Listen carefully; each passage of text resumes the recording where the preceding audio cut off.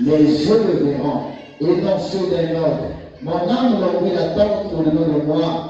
Vous direz alors pourquoi le poursuivions-nous? Car la justice de ma cause sera reconnue. Craignez pour vous le glaive. Les châtiments par le glaive sont terribles. Et sachez qu'il y a un jugement. Amen. Amen. Je veux vous asseoir que le Seigneur bénisse à l'étude de sa parole. Encore une fois, que le Seigneur vous bénisse richement. Alors, j'aimerais, avant d'avancer, j'aimerais savoir, est-ce qu'il y a quelqu'un qui peut me donner la définition ou c'est quoi, me dire c'est quoi le titre de propriété incontestable? Quelqu'un peut me le dire? Quelqu'un a une idée? Je crois que nous avons commencé ça, non? C'est là que nous sommes arrêtés. C'est quoi le titre de propriété incontestable? Nous avons essayé d'expliquer ça, le pouvoir que Dieu avait donné à Adam, l'autorité que Dieu avait donnée à l'homme pour créer, pour manager, pour diriger la terre. C'est ça. C'est comme quelqu'un, je prenais un exemple, pas pour dire que c'est ça, mais juste un exemple pour faire comprendre. Quelqu'un qui a un totem de famille, un truc de famille, ça lui donne la chance, ça lui donne le droit de diriger la famille et tout. Mais chez Dieu, c'est plus grand que ça. Hein? C'est un peu dans ce sens. Mais non, dans la parole, vous êtes là? Dans la parole et dans le message, le titre de propriété incontestable, c'est quoi? Ça représente quoi? Est-ce que c'est la parole? Est-ce que c'est le baptême du Saint-Esprit? Est-ce que c'est la nouvelle naissance? Est-ce que c'est la décision? Est-ce que c'est quoi, justement? Personne n'a compris. Alors, vous comprenez que parfois, quand on crie, Amen, Alléluia, Amen, Alléluia, bon, on est comme des tonneaux vides. Parfois, on n'a rien compris. Le baptême du Saint-Esprit. C'est quoi le titre de propriété? Ce qui me donne, ce qui donnait, comme l'âme disait, c'est ce qui donnait le droit de gérer la terre. Comment vous dites c'est le Saint-Esprit?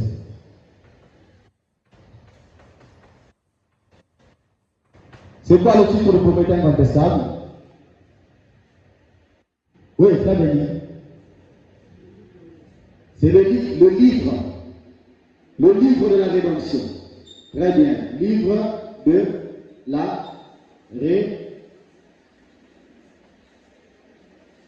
livre de la rédemption. C'est aussi, on peut aussi appeler le livre de vie de l'agneau. C'est la même chose. C'est encore quoi?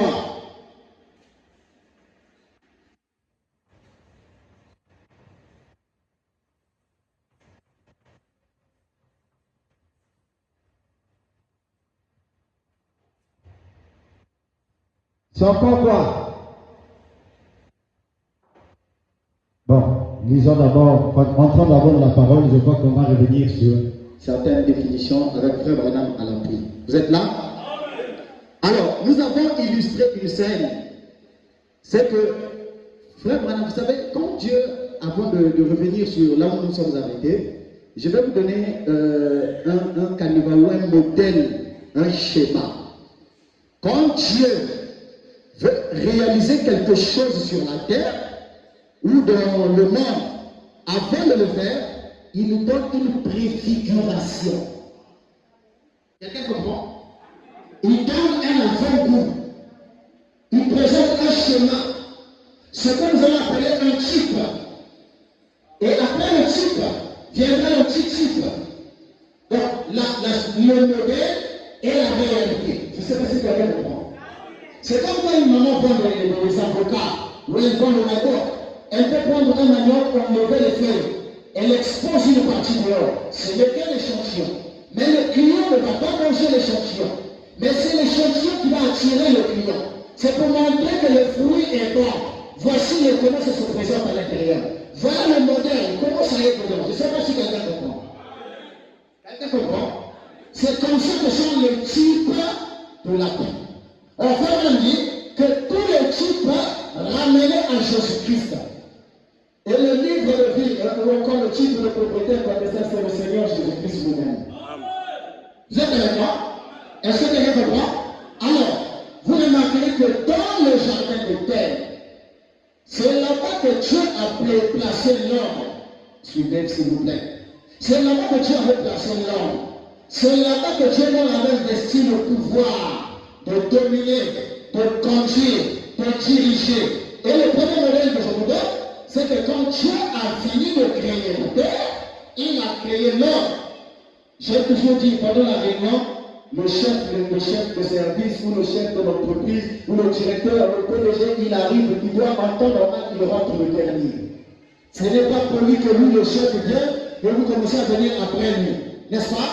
C'est ce qui a fait que quand Dieu a créé la terre, il a commencé par toutes les bêtes. Il a créé l'univers, il a créé les poissons, les mers et tout ce qui existe. Mais Adam n'était pas encore créé. Quand Dieu a fini de créer tout ça, il dit bon, maintenant je vais créer le géant, le propriétaire de cette race, de cette nature. Parce que tout ce que de la création, tout ce que j'ai créé, par manière je vais confier la responsabilité de cela et la matérialité de cela à un homme. Et Dieu va aller créer Adam. Quand Adam vient dans le jardin d'Éden, il y avait déjà le lion, il y avait déjà la poule, il y avait déjà le serpent, il y avait déjà la rivière, il y avait déjà tout ce qui existe. Adam est venu dans le jardin d'Éden, le dernier. Après, Adam est venu que sa femme pour l'accompagner. Je ne sais pas si quelqu'un peut dire amen. Est-ce que vous comprenez? Donc, maintenant quand Adam a été créé et il a été placé là, Dieu lui donne le pouvoir et l'autorité. Pour prouver que Dieu lui a donné le pouvoir et l'autorité, Dieu dit, Adam, tout ce qui est ici, c'est l'œuvre de ma main. Mais je n'en ferai pas usage, moi. Ça ne m'appartient pas. Le cheval ne me tiendra jamais compagnie. L'arc ne me tiendra pas compagnie. Le mouton, je n'en ai pas besoin. Mais tout ça est à ton service. Tout ça est en ta compagnie. Alors je te donne le pouvoir. Je te donne la clé. C'est comme quelqu'un, un entrepreneur. Tu viens construire la maison de quelqu'un. Tu as construit. Le terrain ne t'appartient pas. Le titre de propriété appartient au propriétaire. Toi, tu as seulement la responsabilité de travailler, de gérer le chantier. Tu as tout fini. Tout. On a mis les carreaux. Vous avez vu comment les Brésiliens construisent l'hôpital à côté? N'est-ce pas? C'était les Brésiliens. Là, c'est les Brésiliens. Quand ils ont fini, ils ont mis tout ce qu'ils ont pu mettre. Et ceux qui vivaient là-bas, ils s'occupaient de s'ils gardaient leur matériel là. C'est comme si c'était pour eux. Mais le jour, c'est comme ce que tu as fait au Niger. Le jour que les Brésiliens ont fini, ils ont pris le clé. Ils sont allés remettre sur l'autorité de la ville. Je ne sais pas si c'était le maire ou le préfet, ou c'est pas qui, quand on a remis les clés, et aujourd'hui, les Brésiliens ne peuvent plus aller faire la bouche droite. Ça ne leur appartient pas. C'était ce que Dieu avait préconisé pour Adam. Quand Dieu a fini de créer, il appelle Adam, Yahweh, prends le clé du jardin de terre. Ça y est là, allez, va travailler. Je suis le maître, je suis le créateur, mais le vrai propriétaire, c'est toi. Le bénéficiaire, c'est toi. Va gérer. Adam a tenu dans le jardin de terre, caillardement. Il voit comme ça, c'est le lion qui est en train de marcher. Il fait un peu de son pas. Il regarde le lion, il regarde son derrière, il regarde sa crinière, il regarde ses poils, il le touche un peu. Vous savez, le lion est très gros. Il le touche un peu, il le regarde, parce que non, avant, il n'avait pas la peur. Aujourd'hui, même il n'a pas les gars voir le lion, il va finir. Même si on lui a pas dit que c'est le lion, ça tue. Dès qu'il veut voir ce lion, il va finir. La peur, la chair de poule. Mais là-bas, j'ai vu dans des formes, il n'avait pas la peur dans Adam. Adam a touché le lion. Il a caressé un peu, il a contené le lion, il a bien regardé, il dit toi, je t'appelle le lion, au café, je l'appellerai le lion, allez vous toucher là-bas. Le lion a obéi, il est parti. C'était le chef. Je veux que quelqu'un dise amen. Le chef du jardin d'Éden, Adam a donné le nom au lion. Il voit la canne de le canard avec du banane. Comme on appelle ça dans les églises. Ils étaient en train de terminer là, qui va l'arbre. Adam regarde aux amis. Le canard, ça s'appelait la canne. Il a vu un animal très sérieux. Il sort, il vient là, alors il dit ça c'est un singe. Mais la femelle dit ça, c'est l'ingrédient. Vous voyez? Et il voit l'animal très sale en train de rentrer dans la cour, en train de avec la voix d'un vrai bouteur. Et il y a des frères qui sont bouteurs comme des cochons. Quand il entend ça, après on regarde, il dit, ah, et vous savez, le cochon de la ferme aussi, hein, le papochet est très impoli. Il provoque même le lion de la forêt. Et le conseil va tuer le lion, il va provoquer puis enfuir. Le cochon. Quand on regarde le lion, ça c'est le cochon. Ah, ça c'est le papochet. Donc, quand Adam était le maître, il avait le pouvoir. Il avait la domination. Il avait le contrôle du jardin d'Éden. Et il n'y avait rien qui pouvait se passer dans le jardin d'Éden sans le contrôle d'Adam. Adam contrôlait tout. Adam dirigeait tout. Adam commandait tout. Mais le jour que Adam est tombé, frère, ce n'est pas le sang qui est tombé. Ce n'est pas le serpent qui est tombé. Quelqu'un dit quoi? Ce n'est pas le serpent qui est tombé. Ce n'est pas le bois qui était tombé. Ce n'était pas le python qui était tombé. C'était le serpent ancien qui était tombé. Et le serpent ancien là, il parlait. Parce qu'il avait parlé. Et il mangeait le porc. Et le porc là rendait les gens intelligents. Allez faire des recherches. Alors, donc vous voyez que tous les animaux étaient à leur place en dehors du serpent. Hein? En dehors du serpent ancien qui était tombé. Mais tous les autres animaux étaient à leur place. Mais le fait que Adam les a trahis, c'est-à-dire Adam a perdu le pouvoir de cette nature-là. Le contrôle de cette nature, la puissance de gérer la nature. Quand Adam a perdu le prix de la famille, que Dieu lui avait laissé, alors toute la famille s'est réveillée. Même les poissons, même le requin dans l'eau, si tu attrapes, il te mange. Tous les animaux se sont révélés contre Adam. On était pour nous là. Donc c'est malgré eux aujourd'hui qui sont devenus des carnivores. Le lion doit se nourrir de la brebis.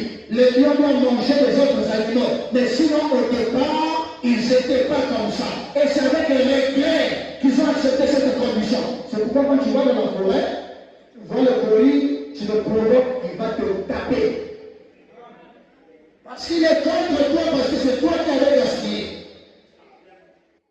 Toute la faute repose sur l'homme. Vous comprenez ça? Qu'est-ce que alors, donc j'ai dit au début que tout ce que Dieu préconisait faire, tout ce que Dieu avait dans son plan, dans son projet, il l'en a présenté d'abord par type, après il est passé à l'accomplissement ou à l'objectif de chaque président. Et c'est parce qu'il fait comme ça.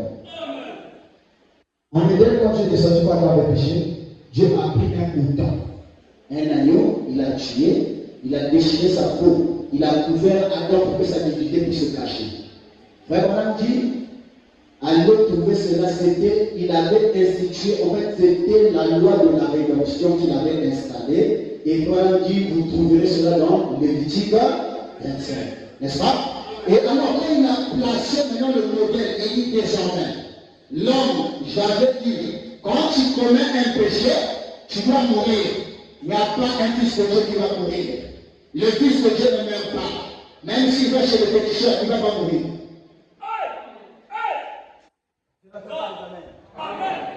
Je ne suis pas en train d'embêter les enfants de Dieu, mais je suis en train de te montrer que quand tu es un fils de Dieu, tu es un fils de Dieu. Tu ne peux plus rien faire. Même si tu prends n'importe quel chemin, tu dois être sauvé. Et nous sommes sur le chemin de retour à la maison. Nous sommes sur le chemin de retour en Éden. Est-ce que quelqu'un peut dire amen? Alors, Dieu a dit, bon, le jour où tu en mangeras, tu mourras.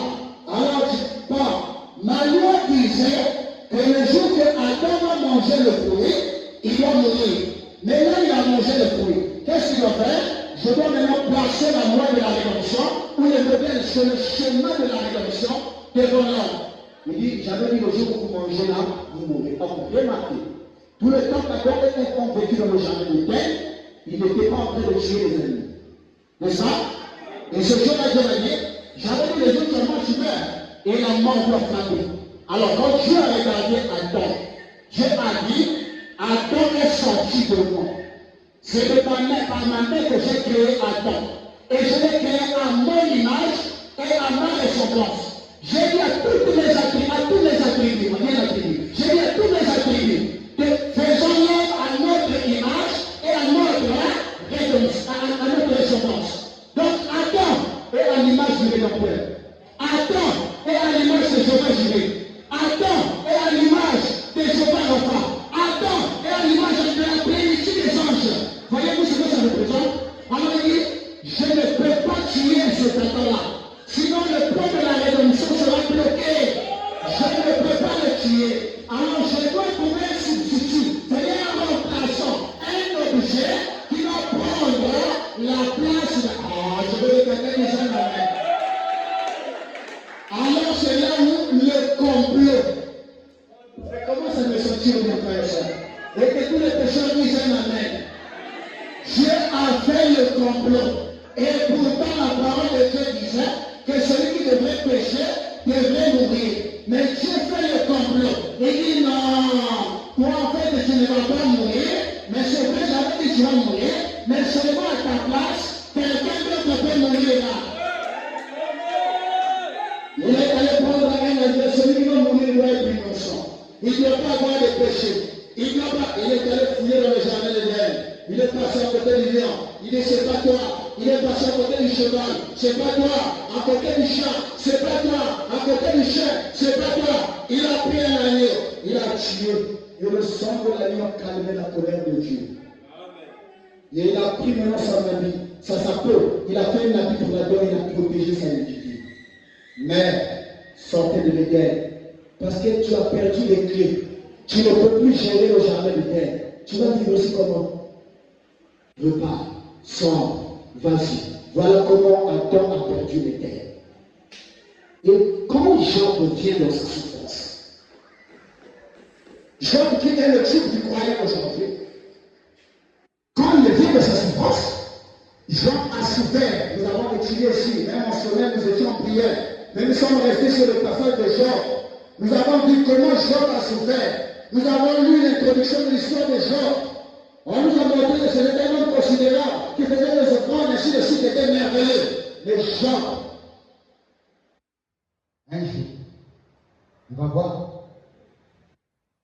pendant qu'il était en train de souffrir, après que Dieu ait tenu conférence entre lui et Satan sur son nom, Job, pendant qu'il souffrait, un jour il va dire, je sais que mon Rédempteur est vivant. Or, quand Job dit que je sais que mon Rédempteur est vivant, même la Pâque que Moïse a instaurée en tant que prophète en Égypte n'a pas encore commencé. Parce que Abraham dit que le livre de Job, c'est l'un des livres les plus vieux de la Bible. Donc même la Pâque où Israël était en train de commémorer la rédemption qui s'était passée dans le jardin d'Éden n'avait pas encore commencé. Mais Job est venu par révélation et dit, je sais que mon Rédempteur est... Et quand il a dit, je sais que mon Rédempteur est vivant, nous avons remarqué une chose. Job n'a pas appelé Jésus, je sais que mon Sauveur est vivant. Je sais que Elohim est... Je sais que Jéhovah est... Il pouvait l'appeler par n'importe quel autre nom, mais par révélation. Il n'a pas dit mon Sauveur, il n'a pas dit non. Et jusque là, Dieu n'avait pas encore sur la terre accompli la tribu de Rédempteur.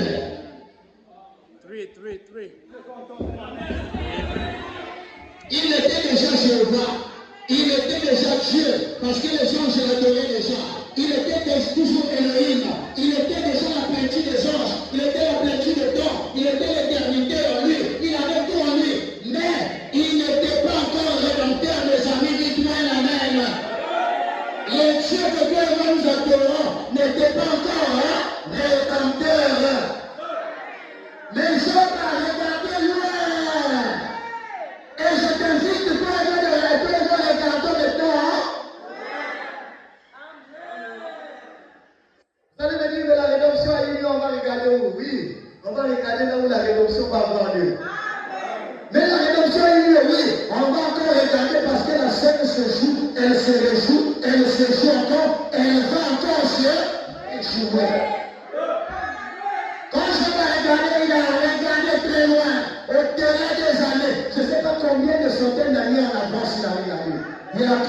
sais que mon Rédempteur est vivant.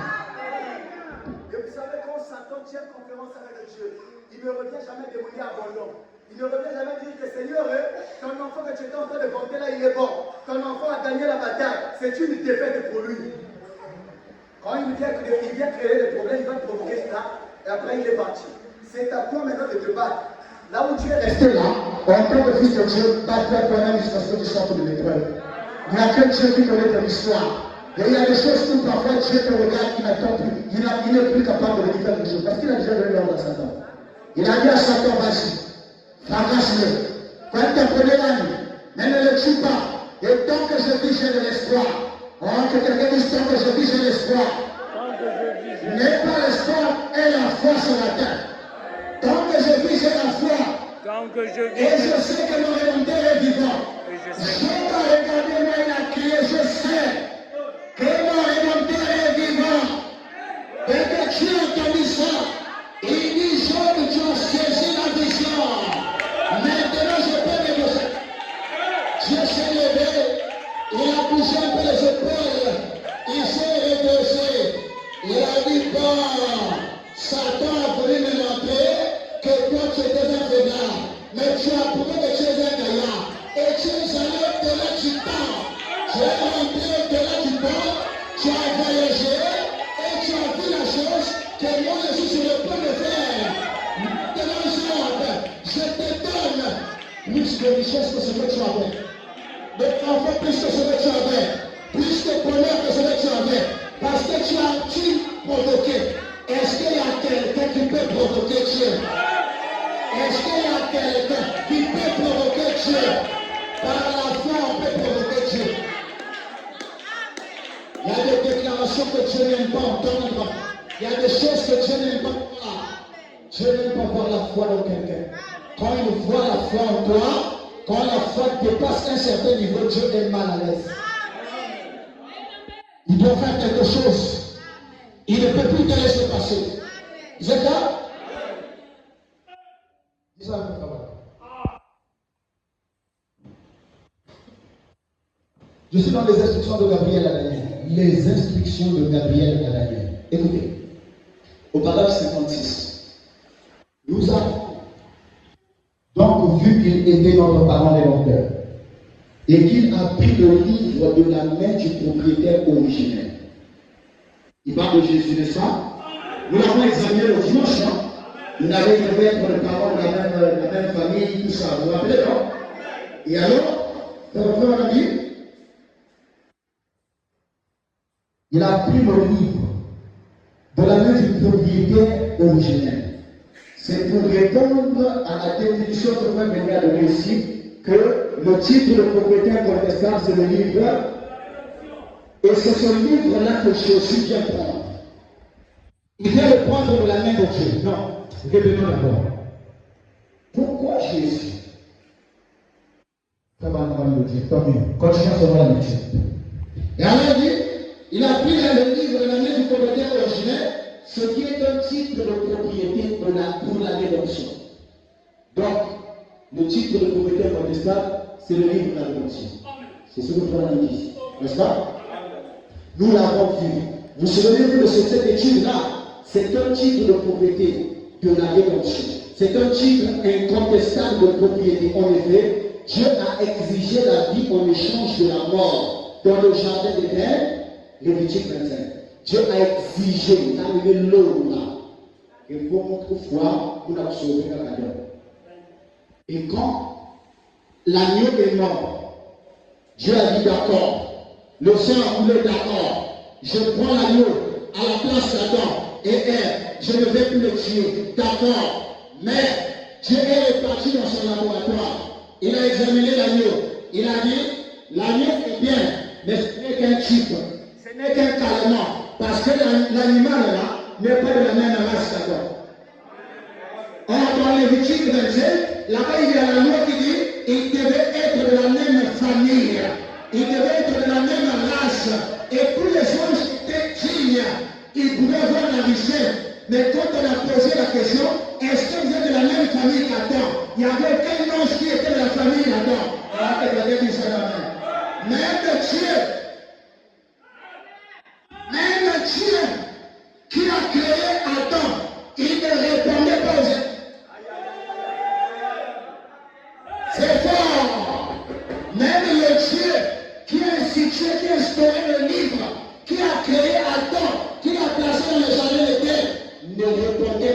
exigences. Il était Elohim, il était le Halo, il était le Fils, et il ne peut même pas mourir. Comment il allait te payer le prix? Comment il allait le tuer à ta place? Comment il allait prendre ta place? On lui avait appris le coup. On attend avec contre la théophanie. C'est ce qui l'a disqualifié. Et moi, parfois, l'enseignement, sa position de l'Église, ça nous amène dans la connaissance parfaite de la parole. Mais le Dieu est Père. Peut-être que vous n'entendez pas, vous entendez rarement un prédicateur le dire. Il n'y a aucun prédicateur qui peut te démontrer que le Dieu qui a créé Adam répondait aux exigences de la rédemption. Il n'y en a pas. Satan, il avait des messages, nous avons vu ça, il était coupable. Les anges, ils s'étaient dit, il fallait être un homme digne, un homme riche, avoir un témoignage favorable, il fallait être riche, et en plus, être la même famille que le coupable, que celui qui a perdu son héritage. Et à ce moment-là, on t'amenait devant les anciens, on posait la question, on vérifiait les atouts, et tu étais validé, tu pouvais aller payer le prix. Mais quand on a examiné, il n'y avait pas un ange qui était de la race humaine. Je veux entendre un amen. Et on a passé tous les prophètes, depuis Enoch, depuis Noé, jusqu'à la fin. Mais on n'avait pas un seul qui répondait aux exigences pour payer le prix.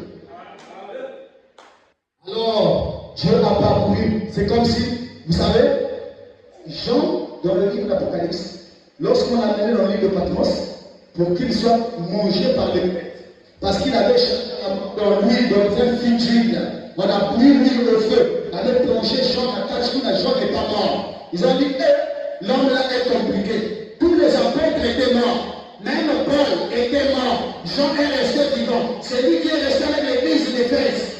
C'est lui qui est resté le pasteur de l'église de Paul. On n'a pas pu les tuer, ils ont eu peur de lui. Ils ont dit, bon, allons les jeter dans l'île. Là-bas, peut-être que les animaux vont le tuer, il va mourir, et on ne va plus parler de lui. Or, c'était la plus grosse erreur qu'ils avaient commise. Jésus avait dit à Jean, pendant que les apôtres étaient en train de se discuter, Jean venait dormir sur le cousinier de Jésus, en quatre à Jésus. Il venait mettre sa tête sur le cousinier de Jésus. Et il était le plus jeune apôtre. Acclamez le Seigneur de la bataille. Et lorsque les gens pour cela suscitaient la jalousie, Jésus a dit, ça est dans la Bible, Jésus a dit aux hommes, pourquoi vous parlez, pourquoi vous faites ça? Ça ne dépend pas de vous, ça dépend de moi.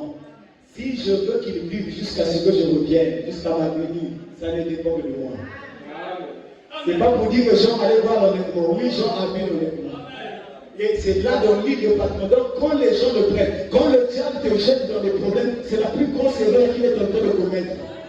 Parce que s'il n'avait pas éprouvé Jean n'allait pas avoir le double de sa richesse. Acclame le Seigneur parce que le Seigneur va doubler ta richesse. Le Seigneur va doubler ta richesse. Le Seigneur va multiplier tes enfants. Le Seigneur va multiplier tes revenus. Parce que le diable t'a provoqué. Et le temps que Jean se trouve dans l'île de Patmos, il va commencer à voir la vision des choses qui vont arriver à la fin des temps. Tout le livre d'Apocalypse a été vu par Jean. Même les 7 tonnerres là qui ont donné tout sur nous, on va y arriver. Parce qu'on n'a pas de la rédemption. La révélation que l'on dit est scellée du livre des 7 sceaux. Et le livre des 7 sceaux, c'est quoi le 7e sceau? Quand on dit le 7e sceau, c'est l'ouverture de la parole. C'est le pain joint dans la main. C'est ceci, c'est cela. Mais quand on arrive dans le 7e sceau, et le 7e sceau c'est quoi? C'est la chose dont j'ai parlé hier, et ce dont je vais parler, et l'autre dont je parlerai demain. Alors c'est quoi? On ne sait pas. On ne connaît pas c'est quoi. Or c'est ça le livre de la rédemption. Que quelqu'un dise amen. Mais moi je connais ce que c'est. Branham m'a tout dit. Et je vais vous donner le secret. Vous êtes avec moi? Et alors, quand Jean arrive là, vous rappelez-vous? Jean a vu la voix qui est digne d'ouvrir le livre et d'en rompre les sceaux. Frère Branham a placé chaque sceau en rapport avec le livre d'Apocalypse. Et tout se termine dans Apocalypse chapitre 6. Tous les chants finissent là, dans Apocalypse chapitre 6. Et puis on dit, quand j'entends la voix, qui est-il d'ouvrir le livre là et de rompre le sceau? C'était quel livre? D'autres pensent que c'était la Bible. C'était quel livre? Qui est-il d'ouvrir le livre et de rompre le sceau? Jean dit, j'ai pleuré. Il y a même un chanteur qui chante là. J'ai pleuré. Et même les vieillards me disent, ne pleure pas. Voici l'agneau de Dieu. Jean a dit, parce pourquoi j'ai pleuré? Quand la voix dit, qui est-il d'ouvrir le livre et de rompre le sceau? Il n'y a pas une église de rebelles qui va prêcher ça. Il n'y a que le message de l'homme qui connaît la vérité de la parole. Quand la voix dit ça, alors tout le tableau s'ouvre devant Jean. Le monde entier s'est ouvert. Jean a regardé sur la terre, il a regardé la terre, les forêts, il a regardé dans la mer, dans l'eau, il pouvait voir même sous l'eau. Tous les requins étaient silencieux. Et je crois que c'est comme ça que les poissons fuient maintenant en profondeur. Il y en avait même pas un poisson qui pouvait venir flotter au-dessus de l'eau. Parce qu'ils n'étaient pas dignes. Dans la forêt, tous les animaux ont fait silence. Même le lion, dit que le roi de la forêt, on n'entendait plus parler de son rugissement. La girafe, dit que lui, il a un lion, on ne le voyait plus, on ne sait pas si c'était allongé par terre. Il n'y avait pas quelqu'un qui pouvait répondre à cette question. Alors Jean regardait la mer, silencieuse. La forêt, silencieuse. Il a regardé la roche humaine. Tous les hommes étaient derrière la terre. Celui a coupé, il savait de Wofana. Celui a soufflé, il savait de Wofana. Jean, par exemple, on lui ne pleure pas. Regarde l'agneau. Alors, Branham me dit, Jean n'a pas compris. L'agneau là est sorti d'où? C'est pas l'agneau que Jésus avait tué en Éden. Ce n'était qu'un type. L'agneau là, ça a été prouvé par la Bible que c'était un agneau compliqué. L'agneau a envoyé, voici l'agneau de Dieu. Voici l'agneau. Il est digne de prendre le livre et de rompre. Je vois, l'agneau est où tu vas plus. Quand il se retourne pour regarder l'agneau, il ne voit pas l'agneau. C'est-à-dire que toi qui pensais au mouton, ce n'était pas le mouton. Ah, le Seigneur. Quand Jean s'est retourné vers l'agneau, qu'est-ce qu'il a vu? Qu'est-ce qu'il a vu? On lui dit, voici l'agneau. Et quand il se tourne pour regarder, il voit Un lion. Jean était étonné. Le lion de la Bible de Judas. Le rejeton de la Bible. Et pourtant, on l'appelait agneau. Alors, c'est ça le mystère. Et frère me dit, là, quand ça se passe, tous les anges étaient silencieux. Frère ici, les anges avaient fait un petit peu de bruit. Le diable allait saisir le mystère et toute la race humaine allait être perdue. Frère, quand je fais ça, si Gabriel vient ici, va se dire amen. Ça, c'est le niveau. Si Michael vient ici, il va d'abord écouter. Ça, c'est pas son domaine là. Parce que tous les anges au ciel là étaient restés silencieux. Ils ne comprenaient pas ce qui se faisait. Aïe, aïe, aïe, aïe, aïe, aïe. Je n'ai plus trop de place ici. Appelez-moi là, j'arrive. Je vais vous dire que c'est arrivé. Qu'est-ce qui se passait? Dieu lui-même qui ne répondait pas aux exigences. Est-ce que quelqu'un comprend? Elohim lui-même qui ne répondait pas aux exigences. Le Dieu le Père qui ne répondait pas aux exigences. Dès que les parents élémentaires d'attendre. Pendant que la voix dit qui est digne, personne ne vient trouver pendant que Jean est en train de parcourir le regard. Il n'y a personne. Le Dieu qui a créé le ciel et la terre était en train de changer de position. Il était en train de quitter la phase divine pour entrer dans la phase humaine. Et à ce moment-là, je peux t'informer qu'un laboratoire s'est créé à l'instant pour que Dieu puisse créer une chair. Et les anges n'ont pas compris. C'est là où les catholiques adorent 3 dieux.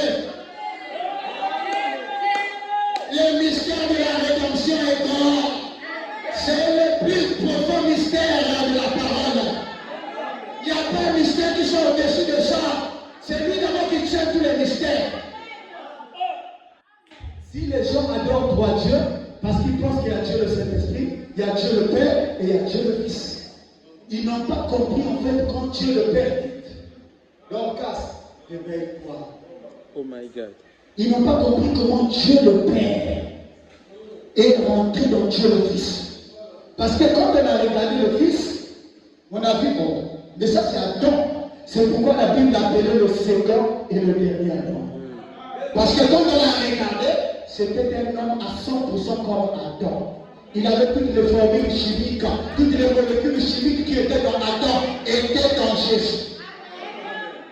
Maintenant, quand les anges l'ont regardé, ils ont compris en lui, il y avait toute la divinité. Alors les anges n'ont pas compris. Ils ont dit, oh, mais c'est ça notre Dieu, non? Oh, mais il est un homme. Mais comment Dieu s'est fait un homme? Alors que les hommes sont inférieurs, Dieu est supérieur. Mais comment notre Dieu est devenu inférieur? Et Gabriel regarde Michael, Michael regarde Absent, ils étaient silencieux. Et frère lui, ce silence a duré environ 30 minutes. Et pendant les 30 minutes là, Dieu était en train de sauver. Il est descendu, il a dit, silence, tout celui qui a entendu son nom. C'était quoi? C'était un appel à la rédemption. Et tout celui qui avait entendu son nom a le droit de jubiler pour dire, nous sommes les élus de Dieu. Nous sommes les actes de Dieu. De briser les liens qui nous lient. Aujourd'hui, nous marchons les cœurs ayant des barrières. Je vais te poser la question. Tu as franchi les barrières comment? C'est Jésus de Nazareth qui a pris ta place. Dieu en est. Frère, quand les catholiques ont regardé, ils ont dit non, Dieu le Père, 1, Dieu le Fils, 2, Dieu le Saint-Esprit, 3. Quand Frère Branham est arrivé, il dit non, Jésus, c'est le Dieu incarné qui nous est quand nous arriverons au millénium, ils ne seront pas trois, parce que le Saint-Esprit est une phase de la divinité. Dieu l'a pris, il a mis où? En toi. C'est ça le titre de propriété, hein? Alléluia! Le Saint-Esprit en toi, c'est le titre de propriété, hein? L'autre morceau du titre de propriété, c'est quoi? C'est Dieu le Père lui-même. Il détient ça dans sa main. Ça, il n'a pas encore retrouvé. C'est pourquoi l'Éden n'a pas encore été restauré. J'ai entendu, mais les gens chantent aujourd'hui, retour en Éden, et le titre qu'on propriété contestable dans ma main. Dieu a fait. Dites-nous, c'est quoi le titre de propriété, hein? Ça y est dans la main de Dieu ou dans la main de l'homme? Quelqu'un dit ça y est dans la main de l'homme, c'est vrai. Quelqu'un d'autre dira ça y est dans la main de Dieu, c'est vrai. Trouvez-nous. Si ça y est dans la main de l'homme, rassemble-moi les cocos. Demande-le de venir aller à l'ouest. Est-ce que Adam en avait le droit? Amen. Est-ce que Adam en avait le droit? Mais toi, pourquoi tu ne peux pas le faire? Ce que tu as reçu là, il y a quelque chose qui te manque. Et c'est le propriétaire encore qui tient ça. Ah, il va prendre là. Le Saint du tonnerre, le Saint du tonnerre. On a dit que le Saint du tonnerre, c'est sur tes criers. Le Saint du tonnerre, c'est Dieu dans l'homme. On va lire. Faites-le asseoir. En tout cas, tu m'as fait plaisir, tu as sauté le Saint tonnerre, j'étais très content. Maintenant, explique-moi le Saint tonnerre là, c'est quoi?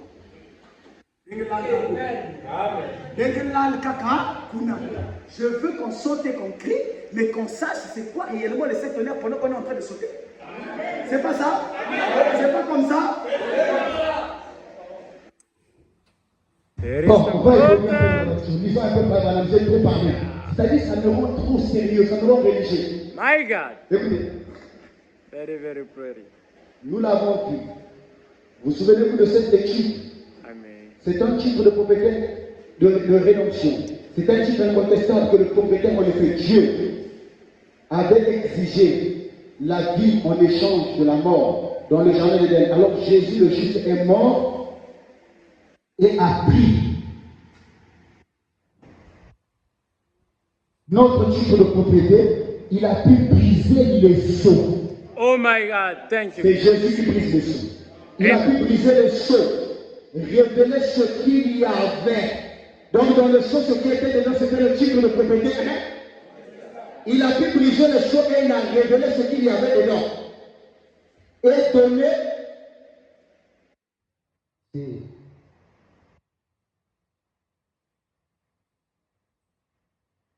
donner à son peuple l'héritage qui lui appartenait. À lui, la vie éternelle dont il avait hérité par ce qu'il avait fait. Lorsqu'il a transmis sa propre vie au calvaire, elle a reparti entre nous par le Saint-Esprit. Donc c'est par le Saint-Esprit qu'il nous donne. Vous êtes là? Par le Saint-Esprit. Amen. Aucun homme n'a jamais été capable de venir, même se représenter ce qui était comme. Je prends celle de lever du soleil. J'ai pas eu l'impression, mais c'est flou là. Hein? C'est comme si elle avait pas. Elle est toute blanche. C'est pas voir. Et lorsqu'un homme dit qu'il croit la parole et qu'ensuite le Saint-Esprit vient, c'est le titre incontestable. Amen. J'ai lu Branham. Pour qu'il donne les définitions, c'est quoi le titre de propriété incontestable? C'est le livre de vie, tout ce fait Branham qui dit. Il dit, c'est le lever du soleil, prêché le 18 avril 1965, paragraphe 248. Il dit, lorsqu'un homme dit qu'il croit la parole et qu'ensuite le Saint-Esprit vient, c'est le titre de propriété incontestable. Et cela vous donne le droit, lorsque vous avez ce titre incontestable qui établit que chaque centime de cela nous appartient et que tout ce qui est là-dedans vous appartient. Amen. Frère Madame, faites claquer les doigts 3 fois sur la chaîne. Et cela nous donne le titre incontestable. Lorsque le Saint-Esprit vient sur ce titre de propriété que Dieu avait vu là, jadis, bien avant la fondation du monde, et avait inscrit cela, le nom dans le livre de vie. Mais il est né d'un homme et d'une femme. Sujet de. Ah, vraiment, c'est compliqué ici.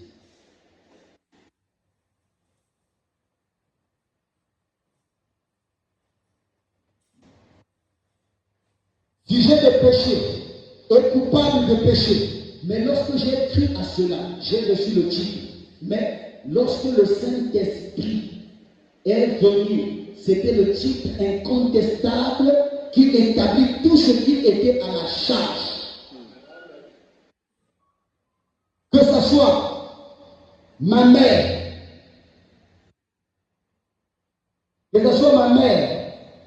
qui avait fait cela, ou mon père, ou ma grand-mère, c'est alors. Vraiment, je prends le lieu d'adoration. Là, j'ai lu le lever du soleil, les instructions de Gabriel et Daniel, le lever du soleil. Ici aussi. Oh, j'ai pas pris le bon fichier, c'est plus fou qu'ici. Attendez.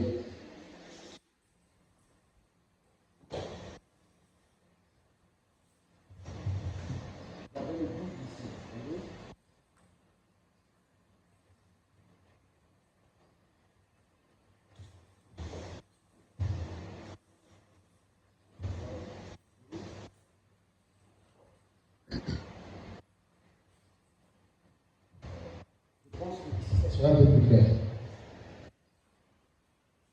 J'ai pas entendu lire cette brochure. Qui a retenu? Le lever du soleil. Ok. J'ai sauté le lever du soleil. Après, j'ai pas pris le lieu d'adoration. J'ai pas pris le lieu d'adoration. Ok. Je reprends le lever du soleil ici. Je prends le lever du soleil, j'ai commencé au paragraphe 248, n'est-ce pas? Et je prends maintenant le paragraphe 249. C'est comme le petit enfant épileptique. Voilà, très bien. Il dit, c'est comme le petit enfant épileptique pour lequel j'ai prié il y a quelques minutes. Cela provenait de ses grands-parents. L'épilepsie qu'il transmet à l'enfant est juive. Donc, on a dit qu'il était en train de prier pour un enfant pendant qu'il était en chair, et l'enfant avait l'épilepsie. Vous êtes là? Amen. Quelqu'un est là? Et l'épilepsie de l'enfant avait été transmise pas par son père, non, pas par sa mère, non, par les grands-parents. Coco, qui avait transmis le démon d'épilepsie au petit-fils. Et Père Madame dit, et je dis, mais lorsque le titre incontestable est venu, il a tout effacé. Donc, une maladie héréditaire qui est venue d'un grand-parent. Quand Frère Branham vient et dit, j'étais là sur l'estrade, à peine là, on m'a amené un enfant. Et quand le titre de propriété incontestable est venu, il a tout effacé. L'épilepsie est partie. Comment? Je continue. Il dit, mais lorsque le titre incontestable est venu, il a tout effacé, tout était. Je deviens alors un détenteur du titre incontestable. Amen. Et aussi sûrement que l'Esprit a ressuscité Jésus d'entre les morts. J'ai le titre incontestable d'après lequel je suis une partie de ce corps. Avec ce titre incontestable du Saint-Esprit, amenant ce corps de la parole à vivre exactement comme Saul avait fait à l'époque. Donc Dieu te ramène à vivre comme il avait placé dans le jardin. Il y a un an. La parole dit que quand je suis là, quand le titre de propriété incontestable vient, je peux effacer une maladie héréditaire. Je peux donner à un homme de vivre tel que Dieu l'avait placé dans le jardin. Je ne sais pas si elle est pas. Très bien. Je ne sais pas si elle est pas ça. Très bien, papa. Continuons. Vous êtes là? Le 7e saut. Écoutez. Voilà. Je passe. Le 7e saut. Déclaration. Ici, chante de l'orage. Vous êtes là? Écoutez. 5, le nombre parfait de Dieu. 7, Frère Branham donne 7 coups sur la chair. Il tape. Frère Branham a tapé 7 fois sur la chair. Il dit, Frère Branham donne 7 coups sur la chair. Consécutif. Il dit, 7 tonnerres se sont fait entendre ensemble. Coup sur coup. S'ils étaient en train, comme s'ils étaient en train de payer quelque chose. Remarquez à ce moment-là, Jean a commencé à écrire. Il a dit, ne l'écris pas. Je te pose une question. Quand on va sauter sur les ailes tonnerres, après on va lui poser la question, c'est quoi les ailes tonnerres? Il faut qu'on donne la réponse. Frère Madame dit, Jean a entendu cette tonnerre qui ont donné coup sur coup. Et puis Jean allait faire quoi? Écrire. Bon, je vous pose la question simple. Soyez un peu idiot. Ne soyez pas trop intellectuel, simplement. Est-ce que tu as entendu les coups qui ont tourné? Si tu n'as pas compris ce que ça a dit, tu vas écrire ça. Non. Hein? Écrivez. Comment? Écrivez. On va écrire quoi? Vraiment, Jean a entendu les 7 coups qui ont tourné, l'un à la suite de l'autre. 7 coups. Et Jean allait. Et la voix dit, n'écris pas ce qu'on dit les. 7. La voix ne dit pas, n'écris pas le bruit. La voix dit, n'écris pas ce qu'on dit les. 7. Ça veut dire que quand ça disait quelque chose. Est-ce qu'il y a quelqu'un qui a la sémence ici? Avant de sortir ici, tu vas comprendre ce qui avait été dit dedans. Si tu as la sémence, à la fin du culte, avant de poser la question, maman Annie, le 7 tonnerres on dit quoi? Vous allez entendre quelqu'un dire, le 7 tonnerres on dit, moi je suis le fils de Dieu. Tu es déçu. Vraiment pour vous. Et le 7 tonnerres, on dit quoi? Il va te dire, le 7 tonnerres on dit que je ne suis plus vieux, mais je suis un jeune. Donc j'ai le droit de devenir riche demain. Les gars, ils nourrissent. Frère, s'en va. Qu'est-ce qu'on dit les 7 tonnerres? Les 7 tonnerres ont donné la connaissance parfaite de la parole de Dieu de peuple de la rêve. Donc chacun comprendra ce qu'il va entendre. Frère William dit, quand le livre de vie de l'agneau était en train d'être lu, chacun pouvait entendre son nom. Est-ce que toi et moi on a levé le nom? Non. Moi quand j'entends Boma, toi tu entends Marie. Quand j'entends Marie, l'autre entend Mabungu. L'autre entend Mabungu, l'autre entend. Chacun devait entendre son nom. C'est le domaine de la révélation. C'est pourquoi Jean a dit, je sais pas que le rédempteur, mais mon rédempteur est.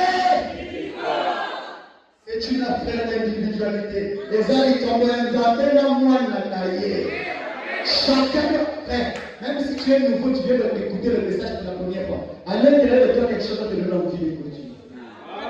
À l'intérieur de toi, il y a quelque chose qui te donne envie de continuer. Parce que tu comprends que, et cette envie-là, c'est ça ton nom qui est en train d'être appelé.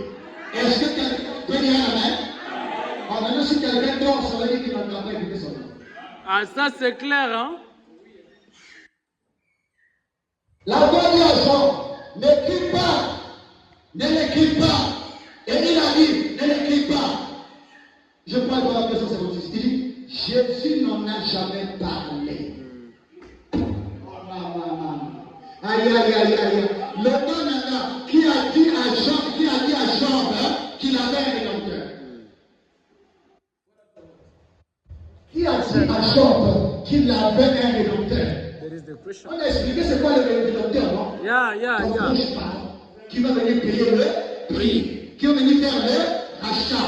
Mais il doit être riche, il doit être digne, il doit être de la même famille. Qui a, alléluia. Amen, amen. Nous sommes dépourvus d'argent, parce que vous êtes la famille à la pauvre, papa n'a pas bien mauvais, mais ta famille a peut-être à Anzali, tu es en train de te sous-estimer. Même si je ne suis pas dans la famille du président, j'appartiens à la plus grande famille de la terre. Je n'ai pas besoin de vous montrer mon parent, mais je sais que mon rédempteur est. Et le jour que l'argent va manquer à Pierre, il a dit papa, à la mer, va tirer le poisson, prends l'argent de la guerre, va payer le prix. Est-ce que tu as besoin d'argent? Je sais que mon rédempteur est. Et quand tu es malade, l'enfant qui avait l'épilepsie, et l'épilepsie est une maladie héréditaire, et les maladies héréditaires sont même dans le sang et depuis l'ADN. On ne peut pas les modifier. Ce sont des maladies prouvées génétiquement. Depuis votre ADN, c'est déchiré dedans. Mais le titre de propriété incontestable te permet de changer de famille. Alléluia! Alléluia! Parce que je t'informe ce matin, tu as un parent, il s'appelle Jésus de Nazareth. Est-ce que tu l'acceptes? Qui rentre dans la famille? Dans la famille de Jésus, là-bas il n'y a pas de pauvres, là-bas il n'y a pas des aveugles, là-bas il n'y a pas de malades. Ah, que quelqu'un dise amen. Amen, amen. That is perfect. Oh, what is that? Le temps que tu dis aux enfants, non, même vous ne savez pas venir à vous. Vous-même, vous savez que je suis seul, il n'y a personne. Arrière de moi, Satan. Moi, je ne suis pas seul. J'ai un parent. Alléluia. Je sais que mon rédempteur est. Je sais que mon rédempteur est. Thank Ceux you. qui ont un rédempteur ne se sont jamais tout seuls. Non, Ils jamais ne tout se sont seul. jamais tout seuls. Non, jamais tout Ils seul. ne se sont jamais. Aïe, aïe, aïe, aïe. Que je continue ou que je m'arrête là? Que je continue? Le mystère d'en bas là sont un peu profond. Ça, il fallait qu'on prenne ça dans la semaine année. Aujourd'hui, c'est trop chaud. Ça va marcher. Écoutez.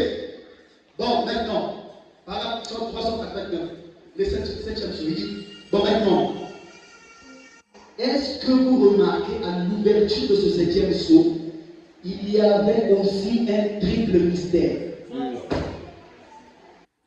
Mais, pasteur, je suis en train de parler du rédempteur qui est vivant. Aussi, je vais vous mettre la 7e saut. Fallait mettre sur le 7e saut. C'est pourquoi il faut venir les mercredis et les vendredis. Quand on sort, on ne peut pas trop bien comprendre. Le problème ici, c'est quoi? C'est que notre rédempteur, Jean a vu, je sais que mon rédempteur est. Il a dit le rédempteur l'a fait revenir. Mais quand le rédempteur arrive, il vient selon la loi de Lévitique 25. Et la loi de Lévitique 25, comme nous avons envoyé lire l'histoire de Ruth et Boaz. Nous avons compris c'est quoi un rédempteur. Et sur l'église, on avait quelqu'un, c'était frère Armand, qui avait acheté ma propriété. Mais quand mon parent est arrivé, il lui a restitué son argent et j'ai récupéré le titre de propriété. Vous avez compris? Maintenant, le rédempteur, là, il vient faire quel travail? Il vient faire le travail de racheter ce que l'homme a perdu. Or, l'homme a perdu quand il a perdu en Éden. Et Jésus vient. Il vient payer le prix où? À la croix. Vous avez vu ça, non? Pendant que le temps de l'examiner, est-ce qu'il n'a pas de péché? Est-ce qu'il est riche? Est-ce qu'il est de la même famille? N'est-ce pas? Et ce matin, nous avons démontré que Jésus n'était pas là dans le plan. Dans la pensée de Dieu, il était là.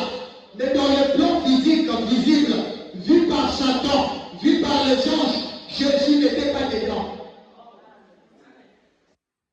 La seule chose qui s'est passée, Dieu a dit à Gabriel, va dans la rue, vas-y, tu vas voir une jeune fille qu'on appelle Marie. Tu vas lui dire, salut Marie, voilà, tu deviendras enceinte, elle mettra au monde un enfant, l'enfant sera le Messie.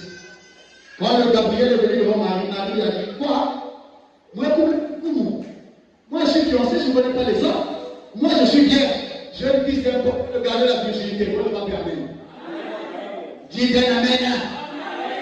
Alors, je vais devenir enceinte comment? Il dit, hey, ce n'est pas une grossesse où toi tu vas mettre des efforts dedans.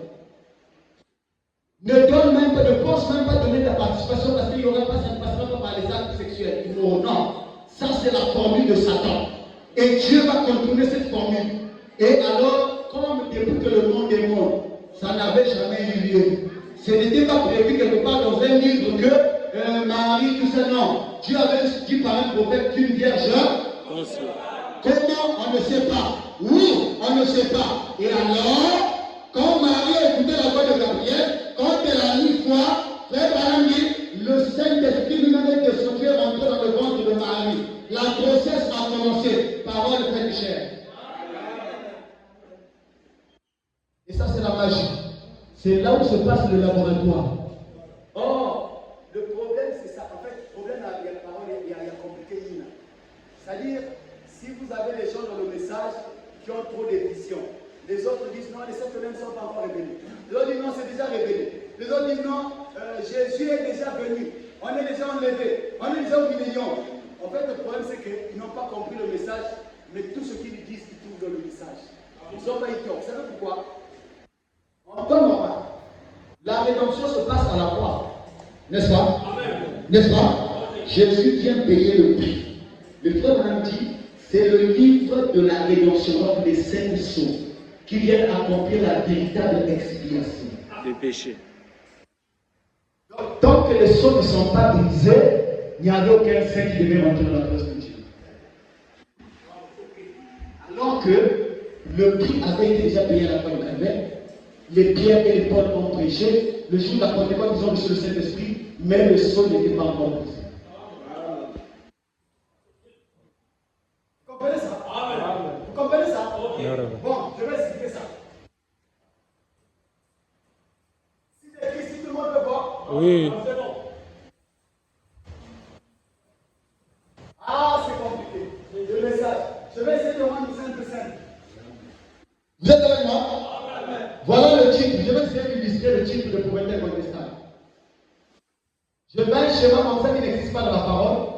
Bêtement, je fais un truc comme ça. Je dis je fais n'importe quoi. Mais c'est pour essayer de faire comprendre quelqu'un. Ici, nous avons le titre de propriété Incontestable. TPI. Donc, si j'écris TPI, comprenez, c'est le titre de propriété Incontestable. Alors, le titre de propriété incontestable, il y a le livre de vie de l'agneau dedans. C'est bon? Ça, c'est une partie du livre de vie de l'agneau. Ça, c'est une partie du Saint-Esprit. C'est dedans. Ça, c'est une partie de la parole. Vous êtes avec moi?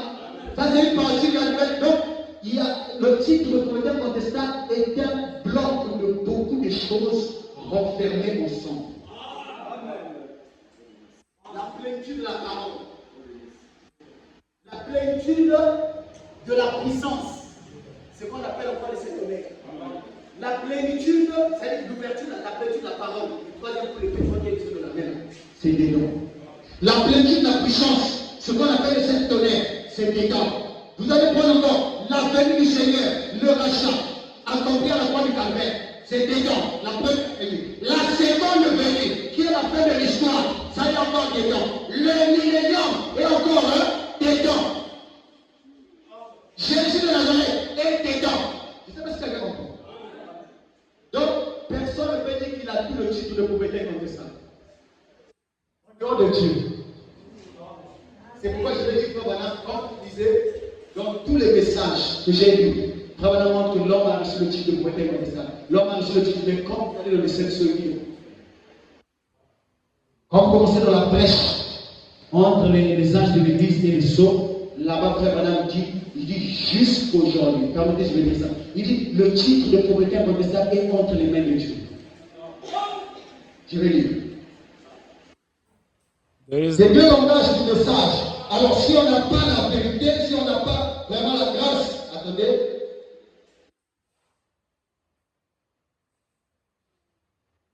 Et je retrouve ça. Ok, je prends la brèche. La brèche, c'est au paragraphe 116. C'est le fichier qui est flou là.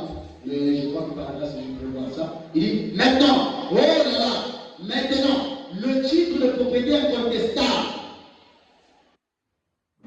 perdu est maintenant entre les mains du propriétaire originel, le Dieu Tout-Puissant, le titre de propriété qui donne le droit à la terre et à la vie éternelle, que Adam avait perdu. Alors Adam l'a perdu. Les mains de Satan ne pouvaient pas prendre cela.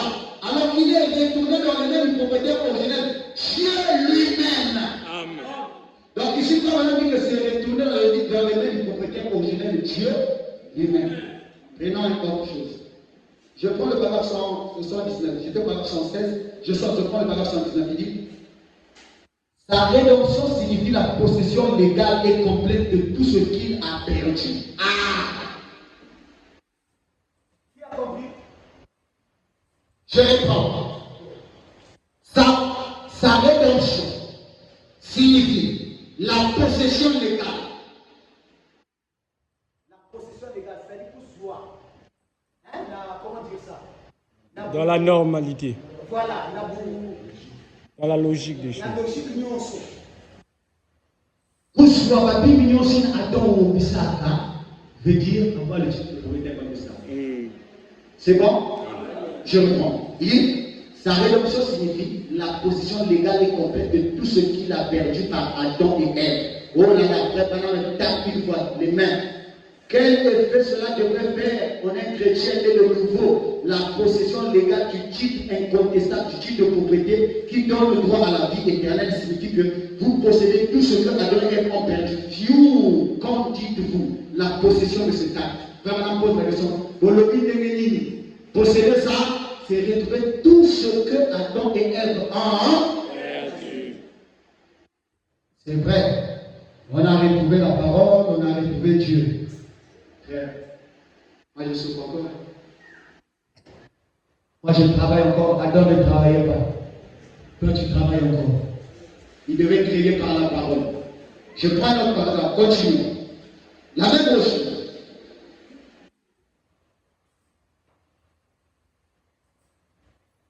La brèche toujours. Il dit 123. Mais la loi de Dieu admettait un substitut. Maintenant, qu'est-ce qui se serait passé? Dieu n'avait pas au cœur d'accepter un substitut. Mais l'amour l'a contraint à faire en effet, l'homme n'avait pas de moyen de revenir. Et il n'avait aucun moyen pour lui de revenir. En effet, il était fini.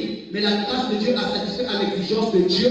Et ce parent rédempteur, en la personne de Jésus-Christ, la loi exigeait la grâce à satisfaire à cette exigence. Oh, grâce étonnante, quels sont?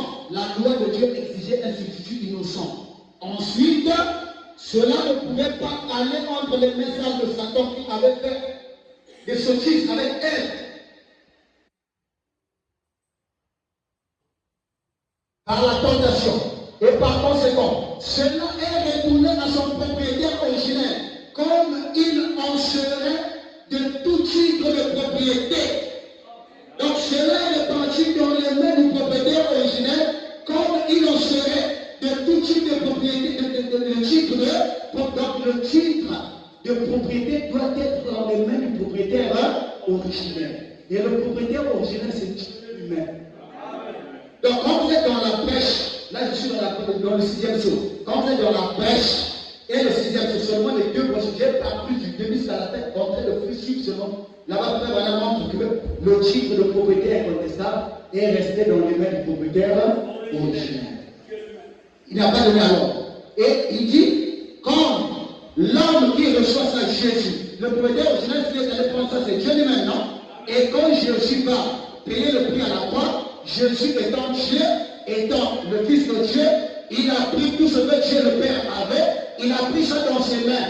Et comme Jésus est notre frère, dans la loi de Dieu, Jésus n'est pas notre Père. Notre Père, c'est Dieu. C'est là où les catholiques adorent trois dieux. Beaucoup d'eux, ils n'ont pas tort, mais ils n'ont pas compris la révélation. Jésus est notre frère. Jésus est le Fils de Dieu. Et nous sommes les fils de Dieu. Donc Jésus est notre frère. Que son cher fils est devenu mon frère et que je suis l'héritier du grand roi. Donc c'est comme ici dans la famille, moi je suis Goma, je suis le plus grand, derrière moi j'ai des frères et des sœurs. Alors, tous les biens de papa, il donne un titre de propriété qui lui appartient, il donne à moi.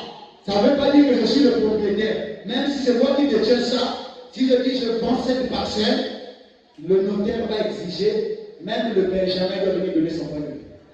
Même mon petit frère s'il dit on ne va pas vendre la parcelle, on ne vendra pas. Si nous sommes tous les 11, on dit on va vendre, et que le 12e dit on ne vend pas, le notaire va dire on va faire un papier, on va partager la parcelle au nombre où nous sommes. On va enlever une partie pour lui et nous on va vendre le reste, lui va garder sa partie. Vous savez, c'est ce que le tribunal fait. Est-ce que vous savez ça? Donc Jésus est notre grand frère. Il est allé prendre le livre pour que la loi qui se fout, pour que les petits frères soient sauvés. Mais frère Branham vient ajouter des détails. Dans ce élément du sommet, il dit, le jour de la Pentecôte, lorsque l'Écriture disait, répondez-vous que chacun de vous soit baptisé pour la rémission de vos péchés. Et vous recevrez le don du car la promesse est pour eux et pour vous. En aussi qu'au nom que le Seigneur notre Dieu les a. Frère Branham dit, quand Dieu était en train de dire ça, c'était le titre de propriété incontestable qui le donne de nous. Alors c'est pour dire que le titre de propriété a en lui des portions. On ne peut pas le partager, mais dedans il y a beaucoup de choses. Il y a le Saint-Esprit. Le fait que Dieu vous donne le Saint-Esprit, l'Esprit de Christ qui vient vivre en vous, vous avez le titre de propriété incontestable. Mais c'est potentiel. Parce qu'il y a des éléments que tu n'as pas encore. Le livre de vie de l'agneau est encore entre les mains de Dieu. Ce n'est pas entre tes mains. C'est au sein du titre de propriété incontestable. Mais ce n'est pas tout. Les plans inscrits dans ce livre-là, c'est ça aussi le titre de propriété incontestable. Oh, moi, mon nom est dedans. Ça veut dire que j'ai aussi le livre, j'ai aussi le titre de propriété. Je ne sais pas si vous comprenez. Je ne sais pas si vous comprenez. C'est un truc, on ne peut pas partager ça. Qu'on prenne des portions, on enlève, non. C'est collé, on ne peut pas couper. Mais dedans là, c'est condensé, il y a et les choses qui sont dedans, Jésus dans son plan de la rédemption a conféré de l'émotion. Il est mort à la croix. Il nous a donné le Saint-Esprit. Et vraiment dit en 65, c'est le lever du soleil, il dit que le jour de la Pentecôte, le Saint-Esprit qu'il nous a donné, c'était ça le titre de propriété. Hein? On a continué. Mais ça ne nous a pas permis de retourner à le vivre dans le jardin d'Éden. Non. Non. Non. Non. Mais ça nous permet d'être les gens fils de Dieu. Est-ce que quelqu'un comprend? Est-ce que quelqu'un comprend? Maintenant, quand on continue avec la parole. On continue avec la parole. Donc, à la croix, c'est là où il a commencé à donner. Les pierres avaient potentiellement le titre de propriété, hein? Mais il n'avait pas la totalité. Vous savez, la totalité était réservée où? Quand le plan de la rédemption allait prendre fin. Oh, c'est le 7e saut qui ramène Jésus sur la terre. Et la finale était déjà là. La dernière partie était dans le 7e saut. Or, pour révéler le 7e saut, il fallait attendre le 7e messager avec un message particulier, l'ange de l'Apocalypse dit ça. Mais quand je me revois du 7e ange, quand il sonnerait de la trompette, alors le mystère de Dieu sera.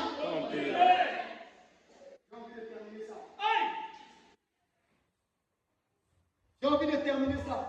Quand dites-vous? On y va. C'est là où est le morceau. On y va. J'ai envie de terminer ça. Que je rentre dedans. Amen.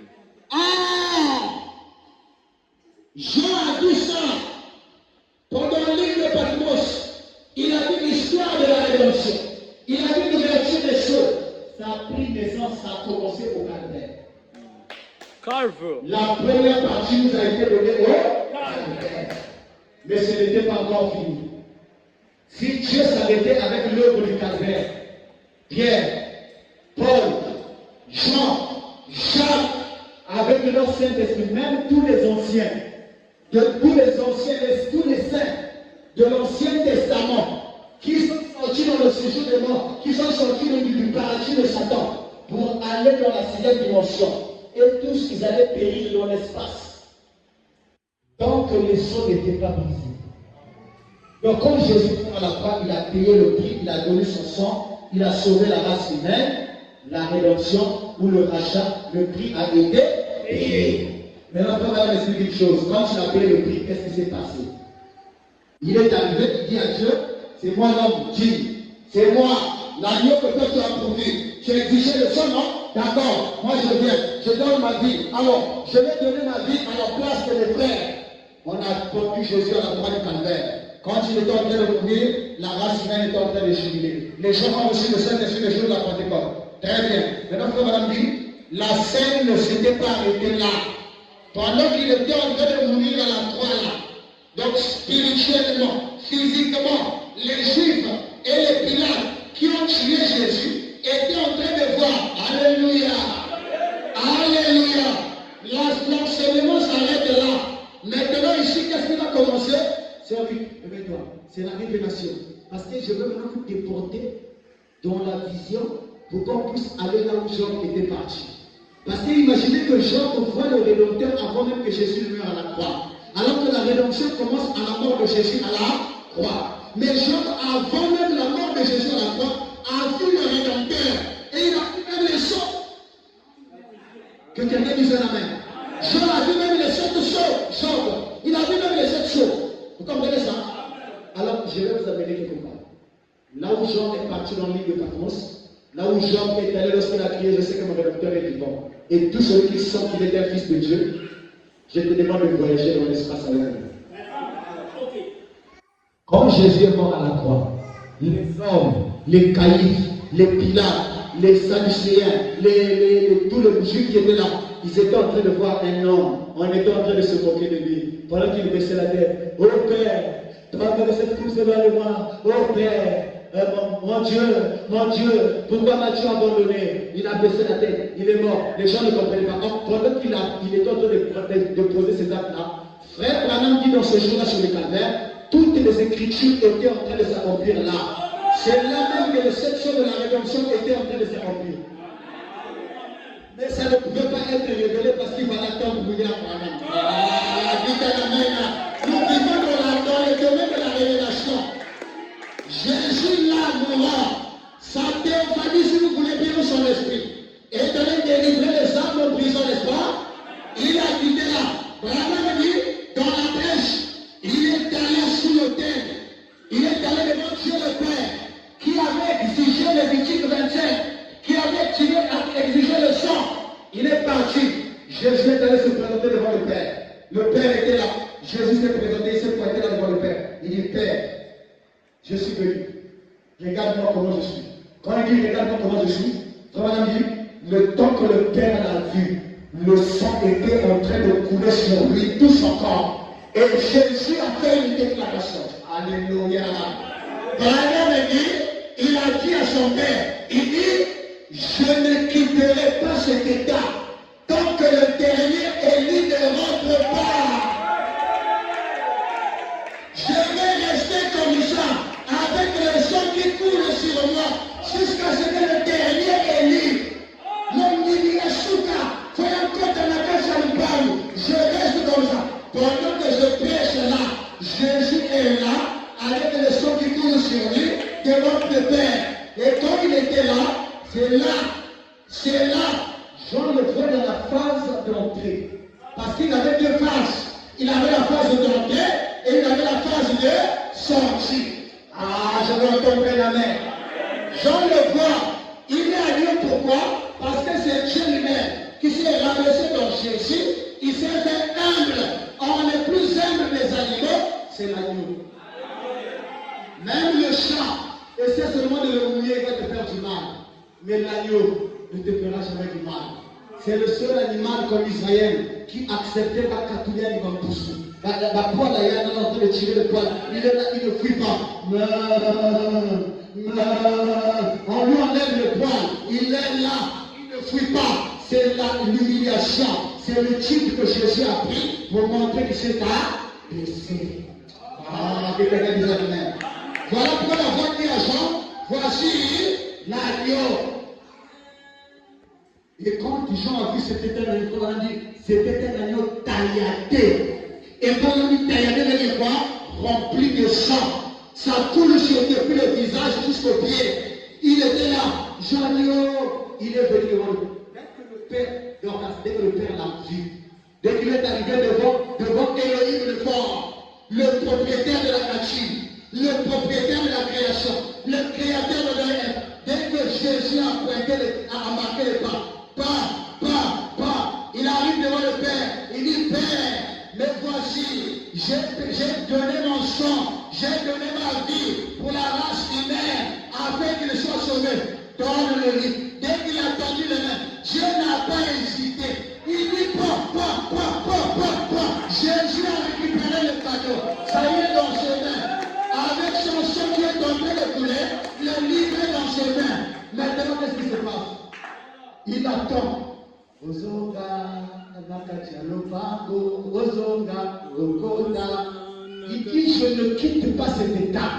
Tant que le dernier élu ne rentre pas. Il est en train d'attendre que le dernier celui puisse rentrer. Nous avons lu ça, si je ne veux pas revenir en arrière, comme madame a dit, quand quelqu'un confesse son péché, c'est là tombe sur le titre de propriétaire contestable et il retourne auprès de son propriétaire original. Quand quelqu'un, quel que soit le péché que tu as commis, dès que tu te répands, à ce moment-là, livre vous tourne à zéro. Tu repars dans les bras de Jésus. Il peut te lire. Je vais lire Trésor chapitre 1. Je vais lire Samba chapitre 1. Et le livre que Dieu lit là, ce n'est pas tes péchés qu'il est en train de lire. Parce que Jésus prit nos péchés et les jetait dans la mer. Et c'est la mer de l'oubli. Il est le seul qui est capable de jeter dans la mer. Mais le livre qu'il est en train de lire là, il dit, toi, je t'avais donné un livre de prophétie parce que tu dois commencer à me servir. Toi, je vais faire de toi un prédicateur d'évangile. Toi, je te bénirai. Parce que tu seras une grande bénédiction pour mon peuple. Toi, Dieu n'a pas créé les gens pour qu'ils restent sans activité. Chacun de nous a des bénédictions dans sa vie que Dieu a prévues pour toi. Recevez au nom de Jésus. Amen. Si tu es réellement rentré dans le canon de la rédemption, tu dois recevoir ta bénédiction. Amen. Et alors, quand il rentre, il attend. Maintenant, la terminaison, donc le titre de propriétaire contestable revient alors quand l'intercession prendra fin, quand le service de la rédemption va finir. Parce que jusque-là, nous croyons que c'est révélé, non? C'est la rédemption a eu lieu, non? Mais ça a eu lieu pour toi qui a le Saint-Esprit. Celui qui n'a pas encore le Saint-Esprit n'a pas encore commencé pour lui. Est-ce que vous comprenez ça? Le pécheur qui vient aujourd'hui, il croit la parole, il se répand, il prend le baptême, ça va s'accomplir pour lui le jour où il reçoit le Saint-Esprit. Vous êtes avec moi? Et le jour que Dieu aura fini avec tout le monde, Jésus dit, bon, avec Jésus, Jésus dit, j'ai fini avec tout le monde, j'ai fini, l'histoire est terminée. Il dit, bon, je vais maintenant réclamer mes droits. Ah! Voilà la dernière partie. Je vais maintenant réclamer mes droits. À ce moment-là, ça c'est la sortie. Jean l'a vu, la face agneau, face lion. Il dit, on lui dit, regarde l'agneau de Dieu. Quand il regarde, il voit comme ça, c'est un lion. Oui, agneau pendant qu'il rentre pour faire l'intercession. Et lion, quand il a fini de faire l'intercession, reconnaissance, il va maintenant réclamer ses droits. Il dit, Satan, tu as trop blagué. Maintenant, je suis venu pour finir avec toi et restaurer les terres. La terre là sera le nouveau jardin d'Éden. Que le Seigneur vous bénisse. Merci Seigneur.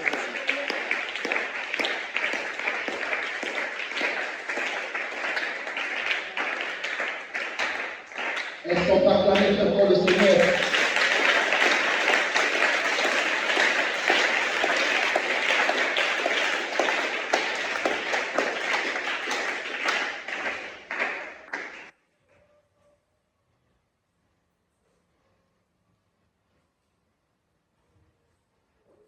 On va passer à la prière. Je sens que beaucoup de gens sont déjà fatigués. Nous allons prier le Seigneur pour partir, sortir. Et que le Seigneur nous aide. Écoutez ce que je vais dire ici, avant que nous passions à la prière. On peut se lever. Levons-nous, mettez-nous la méditation là-bas. Et si ce démon qui est venu chez vous a essayé de vous envoyer prématurément à la tombe, il a essayé de vous rendre infirme. Lisez le titre incontestable de Dieu. Par ses merveilles, nous avons été guéris. Dans le titre incontestable, il y a aussi les promesses. Il y a les promesses. Quel que soit ce que le diable a pris, quel que soit ce que le diable a tendu contre toi, si tu peux réussir de rentrer en contact avec Dieu, de montrer à Satan, le moi, il y a quelqu'un qui est mort à la croix pour moi. Et quel que soit le péché que tu as commis, tu es égaré, loin de Dieu. C'est peut-être la maladie qui t'a égaré. C'est peut-être une épreuve qui t'a égaré. C'est peut-être un problème qui t'a bloqué quelque part. Tu n'arrives pas à gagner la bataille. Je t'invite ce matin. Devant l'autel, il y a une place. Et il y a un maître qui est là. On l'appelle Jésus de Nazareth. Il a suivi le champ de l'œuvre de Golgotha. Il s'est présenté devant le Père. Il a dit à Papa, je ne quitterai pas ce corps sans ensanglanté tant que le dernier lui ne rentrera pas dans la maison de son Père. Et il est en train d'appeler. Même si tu as été blessé dans le combat, même si tu as été blessé par le diable, même si le diable t'a amené dans la tuerie, même si le diable t'a amené dans les maisons des féticheurs, aujourd'hui il y a quelqu'un qui est là, en train d'intercéder pour tout fils de Dieu. Mon Rédempteur est vivant. Je sais que mon Rédempteur est vivant. Et c'est le Rédempteur qui t'appelle. Quand tu te réponds devant lui, pas devant le pasteur, mais devant ce Rédempteur, tu repars dans les bras de ton propriétaire originel. C'est comme si tu n'avais jamais péché. Et il te donne une nouvelle vie. Il te montre ton nom dans le livre de vie. Et à l'intérieur de toi, tu vas constater que Dieu t'avait aimé. Tu vas constater que Dieu t'aime. Tu vas constater que tu as de la place dans le cœur de Dieu. C'est à cela que je vous appelle. Quand Job a remarqué cela, il a crié, mon Rédempteur est vivant. Est-ce que quelqu'un croit que son Rédempteur est vivant? Je sais que mon Rédempteur est vivant. Je sais que Jésus, je sais que Jésus